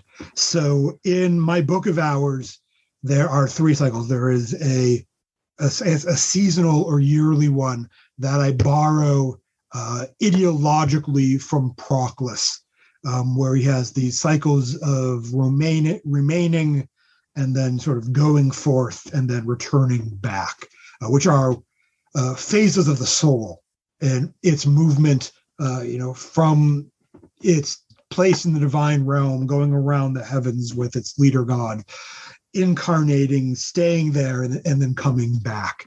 And I sort of divide the year into 4 cycles, actually, because I add a cycle of Henosis, sort of this underworldly cycle, to divide into some kind of a spiritual seasons that we can focus on. And so you get those sort of 4 times a year. And then there are 13 or 14 lunar months, depending on if we have the intercalary month. Because it's a lunar cycle, it gets sort of off from the solar cycle. And so what you do is eventually you add another month in, and it gets everything back in. And that happens, I think it's like every 7-ish years, I think, in this system. I don't remember exactly. But I do include like lunar calendar or lunar calendars to like 2050, I think. So there's plenty to work from, and you can kind of figure it out. And I'm borrowing from Greek calendars and how they're working anyway. So there are those 12 or 13 calendars which I connect to the 12, the gods as they connect to the planets. We talk about the planetary gods, but they actually talk about 12 gods, the 12 Olympic gods, as all of those being visible gods. They're the planetary gods, but they're also the gods that rule over the elements as well as the ether. And all of these are considered planetary gods. So each one of the months is connected to one of those gods. Plus I add Hades, who is sometimes considered Olympian, sometimes not an Olympian, because obviously he doesn't actually dwell in Olympus anymore because he's, in Tartarus doing Hades things. So I have those 12 or 13 months, and then each of those are divided into the lunar cycle as it moves in through its different phases. So you have these 3 different calendars that are all interacting with each other, because of course, the beginning of the lunar month is also the beginning of the lunar cycle. So there are added prayers that you do then, as opposed. So each month here are the morning prayers, the afternoon prayers, the evening prayers. You do those for the entire month every day. For each of the beginnings of I talk with my hands a lot. Each of the beginning of one of the lunar phases, there are extra prayers that you do. At each of the beginning of one of the 4 yearly cycles, there are extra prayers that you do then as well. So like at the beginning of the lunar year, there are a whole lot of prayers you're doing, because you're doing the New Year's prayer, the new month prayer, the monthly prayer for like 3 or 4 days, because it extends from a couple days beforehand to a couple days afterwards. And then after that, you're just doing your monthly prayer. And then when it changes moon phases, you add that moon phase prayer, and then you go back to your monthly prayer. And then when it's the next month, you have a different set of prayers. So I wrote individual prayers. Originally, I was going to write different prayers for every single day, but that's utterly insane. Yeah. But I did write individual prayers for morning, noon, and night, as well as hymns for the afternoon. So there are, I think, 2 prayers for the morning, 3 prayers for the afternoon, plus 2 hymns for the afternoon, plus 3 prayers for the evening. I think it's been a while since I've read my own book. So and I wrote all of those. All of the hymns are metered, so there's rhyme to it. You could, in theory, sing it if you did that, which I don't. So don't ask. So I wrote those for each of the months, and then I wrote the extra prayers for each of the beginning of each of the lunar cycles, and then the prayers and hymns for each of the beginning of the seasonal cycle. So it's like 200 some prayers and hymns. It's going to give you stuff to do. Yeah. And I think there's enough stuff that even though you're going to be saying the same sets of prayers every day for an entire month, there's enough interspersed with the different lunar cycles prayers that you're not going to get bored with it. Mm-hmm. And if nothing else, it's a good beginning of prayers. Like if you're not a person who prays and you don't really know how to go about it, and whatever your birth religion is, if you have one, you don't grok to those prayers, here's something else. Mm-hmm. It's vaguely Greek oriented in nature. I mean, I relate each of the months to the Greek gods, but I also talk about how they're connected to other things. I noticed some Gnostic elements in there. There are Gnostic elements, there are Christian elements, there are Jewish elements, there's some Muslim elements. You can certainly go beyond. I mean, I think I, mentioned occasionally Egyptian gods and whatnot. Iamblichus, I think, was fully engaged with the Interpretatio Graecae when he's talking about the gods. I don't think, like for Proclus, who seems to think that Horus is entirely distinct from any other sky or solar god. I don't know that Iamblichus is really thinking that. I think he's much more of the Interpretatio Romana, the Interpretatio Graecae. So that's the viewpoint that I take, because if you haven't read my books, I'm fairly Iamblichian in nature. If that hasn't been abundantly clear, because that's the only person I really talk about. So, yeah, I mean, you certainly can read it as, a Greek pagan, but I think it is broad enough. I think my language is broad enough that, if you are a Christian Platonist or a Muslim Platonist or a Buddhist Platonist or a generic, non-denominational Platonist, I think you should be able to use these prayers, and I think you'll be fine with them. I think you'll grok to them. Yeah. Yeah, I think they're very nicely written. Kudos to you on this. That's a lot of work. That's a lot, and it's a little bit complicated, but there's a lot of utility, though. I mean, totally.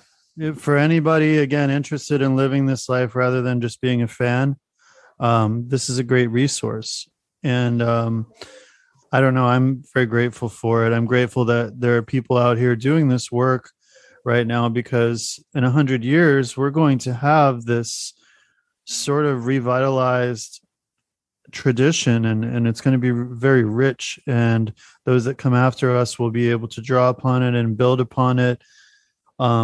It's kind of a big thing, in my opinion, and this is a huge step in that direction, and I'm grateful for it, and I'm thankful to you for doing so much work to try and breathe new life into this tradition that never fully died off. And I'm also glad you mentioned George Gemistos Platon, because he is a very, very, very, very, very important figure that is often neglected.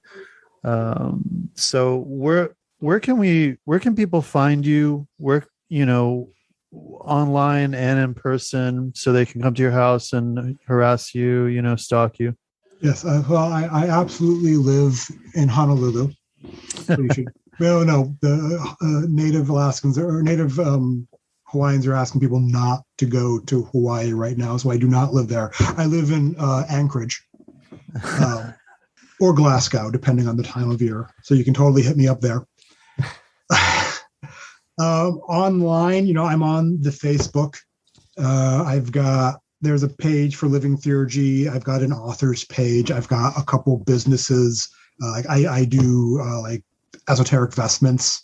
So if like you need a Golden Dawn robe or something like that, I do that sort of stuff with the embroidery.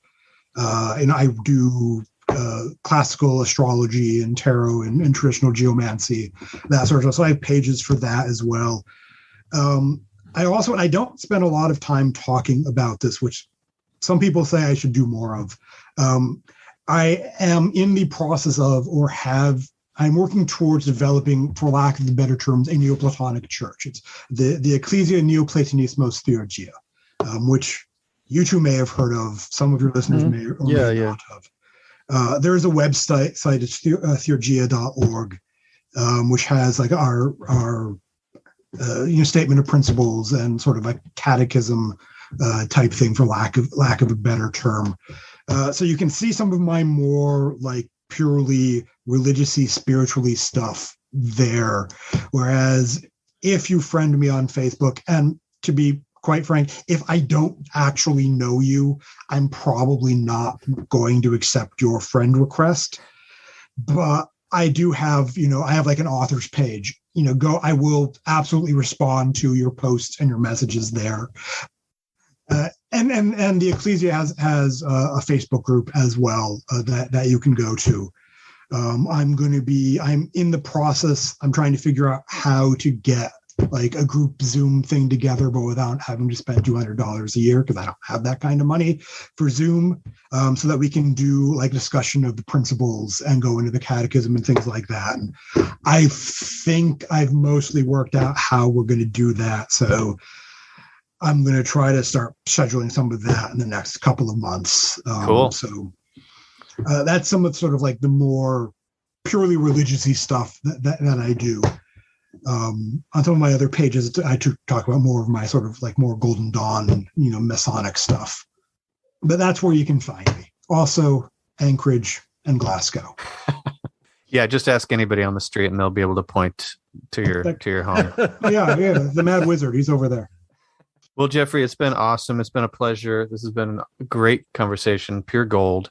We want to thank you very much for taking the time to come on and kind of enlighten us and our audience with this very interesting information. And I'd say anyone interested in this topic, definitely check out Jeffrey's books, Living Theurgy and A Theurgist Book of Hours, if not for anything else, but to start the journey. But I don't think it's just for people who are starting out. I think anyone could benefit from it at any level. So nice job. Congratulations.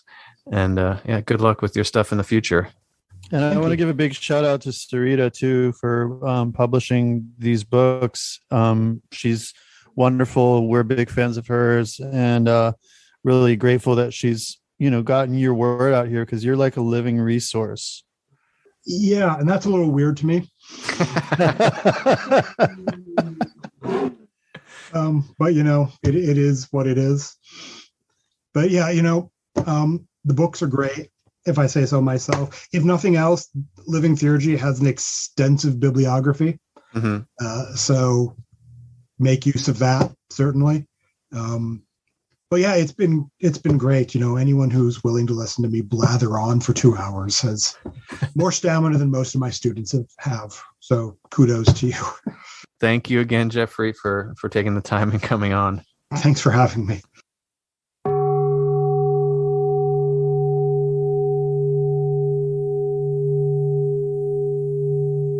Big thank you to Jeffrey Kupperman. Jeffrey's the author of A Theurgist, Book of Hours, Living Theurgy. He's also written some interesting articles, such as one on the angelic hierarchy of pseudo-Dionysus.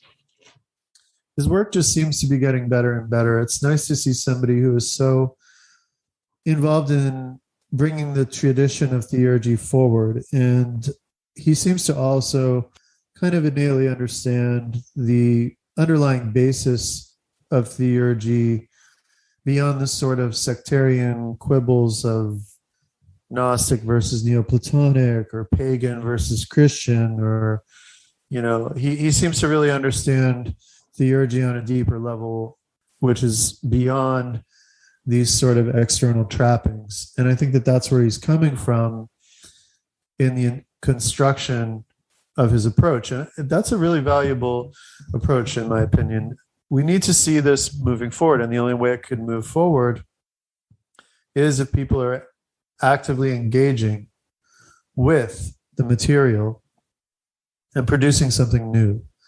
That's what I see him doing. And it's great. And I am all for seeing what he's going to come up with next. I do see a lot of value in what he's doing. And like we talked about in the show, it's great because the whole focus of his writing is right there in the title, Living Theurgy, Theurgist Book of Hours, which is a book that is meant to be engaged with. And that's the only point of it. So, and I like that he's just not shy about it. He doesn't walk on eggshells or tiptoe around the subject. He just dives right into it. And like we spoke about, that's the whole point of philosophy. The philosophy is not supposed to be just an intellectual chess match that you have with someone for your own, gratification. It's a system that you live and is supposed to improve your life, improve your interactions with others, improve yourself. That's the whole point. So if you're doing philosophy and you're not living it, then you're kind of just playing a game. Exactly. And that's the thing. The whole point of doing this is direct revelation, the growth of the soul, the transformation of consciousness, and the acquisition of the certainty of continued existence after death. There are other points and objectives as well. I don't want to obscure them, but I just really want to draw attention to the idea that there is a point to all of this. There is a goal to all of it. And I also want to bring home the idea that this is reachable for every person listening to this show in some way or another. Small steps lead to big changes. You can begin a theurgic practice in your own home in a humble way with prayer, maybe some incense, pure water, maybe some candles or a lamp. You don't have to be elaborate. What's more important is the internal lamp of your soul set aflame with piety and devotion, the incense of your aspiration, the pure water of a soul purified of sense impressions and transcending the governance of the passions. This is the aim, this is the objective, this is the goal. If you can obtain these things, you can practice Theurgy with little material props, aids. And I'm not of the school that says that material aids are pointless and it's all in your head, or you can do it without. The synthemata, the symbola are necessary because we live in a realm that is connected to all of the other realms, and these things are the threads that connect us to these other realms. It's kind of like a telegraph wire. Your sunflower and your gold and your, honey, amber for the sun. Those brought together concentrate the solar power in different kingdoms. We have the vegetable kingdom, we have the mineral kingdom, we have the metals, we have the incenses being burned. All these things come together and form a composite body. This is the telegraph line, the telegraph wire that's reaching up through the levels of being. And you're hitting that wire, and that wire is vibrating all the way up to the root, because the root is actually at the top of the chain, and it sends down its wire, its thread, its web. So I do also think you can be creative. Can't get gold? Well, you could always buy some Jagermeister, because there are gold flakes in Jagermeister, and you can make that a solar offering. It's also a highly potent alcohol, so it's going to energize the daimons of the sun. We did a lot of solar ritual, apparently, when we were in high school. Yeah, the MD 2020 ritual was a very potent one. The types of daimons it conjured were probably not the kind we're looking for at this point in our lives. Yeah, but anyway, I mean, the point is you can do theurgy. You don't have to be elaborate. If you can't afford a lion skin belt, you can't afford a lion skin belt. It's not essential. But the most important part, especially when you're approaching the noetic and noeric gods, the highest, the transcendental, the hypercosmic gods, is very pure aspiration, sincerity, devotion, and piety, and a willingness and an openness. Even if you haven't had any kind of significant theosis, if you haven't had any epiphany, being open to the idea that it's possible can change your life. With that said, I think it's a good idea that we segue into our book review, unless you have anything to add to what I said, Don. Nope, go for it. Right. So I accidentally came across an interesting little book that I ended up being absolutely delighted with. I was in a used bookstore trading in some CDs and books, and I came across this little book from 1996 called Spirits Alive by a man named Dennis J. Trisker. This book is really interesting. This fellow, he went down to Brazil and he explored spiritist phenomena and mediums, and he did so with a very open-minded attitude. He was not credulous, but he wasn't incredulous. He was open.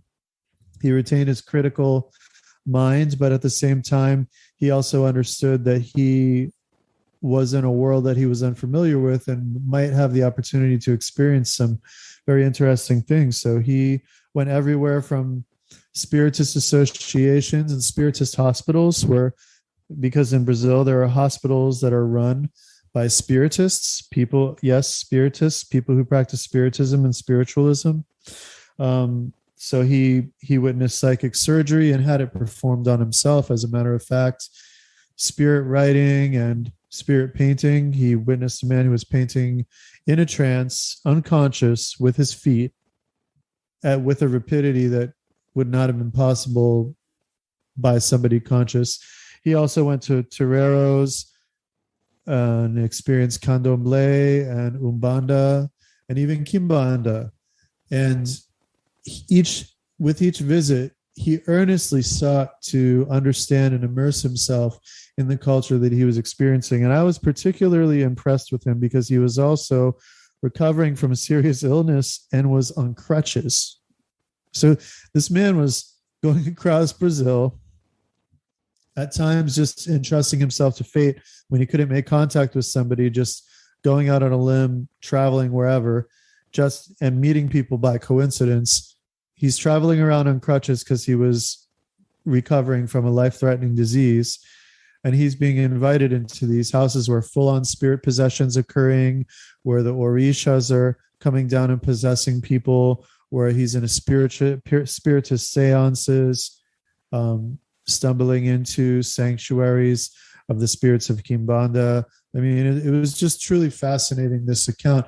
He also made an attempt to describe the cosmology of Umbanda in a clear way for people, describing the different kinds of spirits, such as the caboclos, who are the Indians, and the Preto Velos, who are the old slaves, who through a life of suffering attain to spiritual advancement, and other types of spirits as well.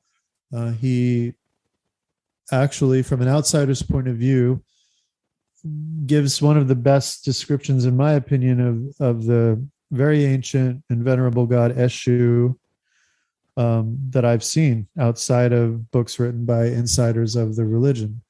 All in all, it was a great book, and you can get it really pretty inexpensively. I think I saw copies on Amazon for like $8.